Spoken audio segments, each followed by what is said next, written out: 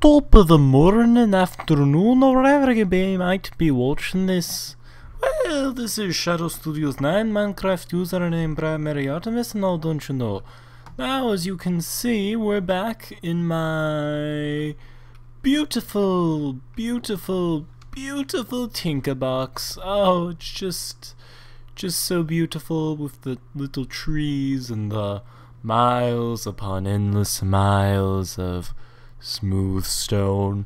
But we are here today to check out the next part in the Minecraft Redstone Learning Center Basics, and this, my fellow friends and Minecrafters, is probably the last video in this specific series.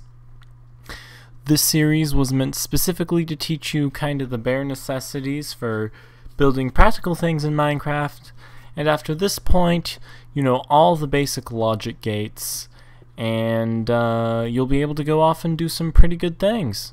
So, what we are talking about today is the beautiful, beautiful, beautiful T flip-flop. And basically, in short, what a T flip-flop does is turn a button into a lever. So I press the button, turns on, press the button again, and it turns off. Now this episode, as you can see, I've opted to only show you one design, which I just realized there we go. That's slightly smaller. There we go. Sorry, I had it built awkwardly. But T flip-flops have like 50 bajillion designs, and so this episode I just decided to show you one, which is my favorite little design done by Doc Redstone. I'll put a link to his channel in the description. He has some good Minecraft stuff, and he's where I found this particular design.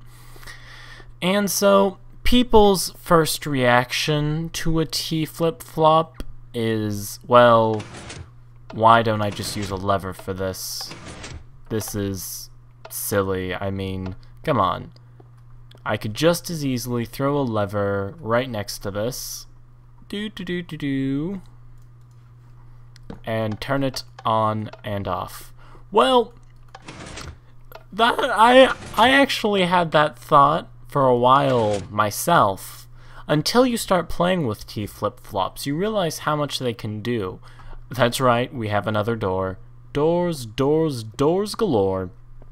Okay, so we've looked at how to use levers to open doors using various gates, the XOR gate, the AND gate, and so on and so forth.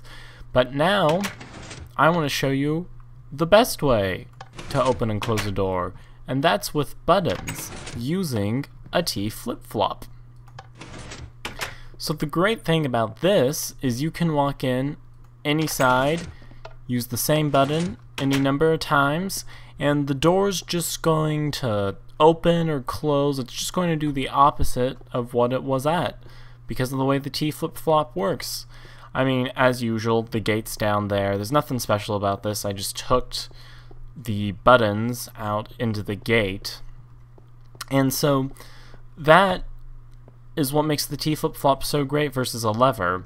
Whereas if I had plopped a lever down here, I can't walk in and have another lever and close it, but I can have buttons, and in fact I can have any number of buttons. I can throw one here and do it, and one here, and so now I have 4 buttons that can open and close this door. Whereas with XOR and AND gates and levers, I could only open it with 2 inputs. And so the T flip-flop opens yourself to a world of possibilities where you could have buttons like 3 different places in a room, turn on and off the lights. The things are just really useful to create toggleable things in a nice way. Plus, levers look ugly.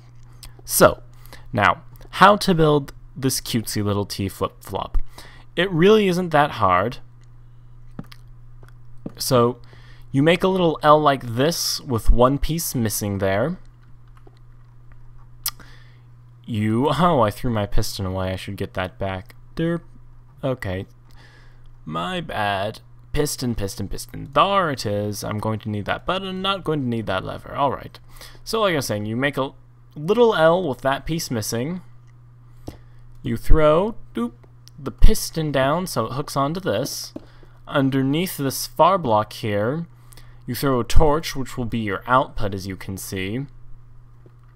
Here, you build what's called a monostable circuit, and you do that by throwing this repeater in between the two blocks. You have to set it to a tick of 2 for this to work. And you bring the redstone around like this, so that's 1, 2, 3 pieces attached to a NOT gate. And you throw your input on. Whoops, you throw your input on. And I called this a monostable circuit. What a monostable circuit does is when you put in a signal, it sends out a 1-tick quick pulse, and when you do that, it activates the piston glitch where it pushes out the block but doesn't retract it back. And so that's how this circuit works. When you push the button, the piston gets the 1-tick pulse, shoves the block out, which means that this redstone's no longer being powered. When you hit it again, it pulls it back, and the redstone's now being powered. So the T flip-flop with pistons is really simple to build, and it has tons and tons of practical uses in your builds. Well, I hope you found this relatively short redstone video helpful. T flip-flops are very helpful indeed. So, if you enjoyed this video, like, maybe add it to your favorites, add a comment maybe, and if you are curious about redstone, you can subscribe, because I will definitely have videos in the future about redstone. I don't know. Maybe you'll see some elevators, some farms, just all the redstone goodness. Well, this is Shadow Studios 9, Minecraft username Primary Artemis, and, as usual, saying toodles.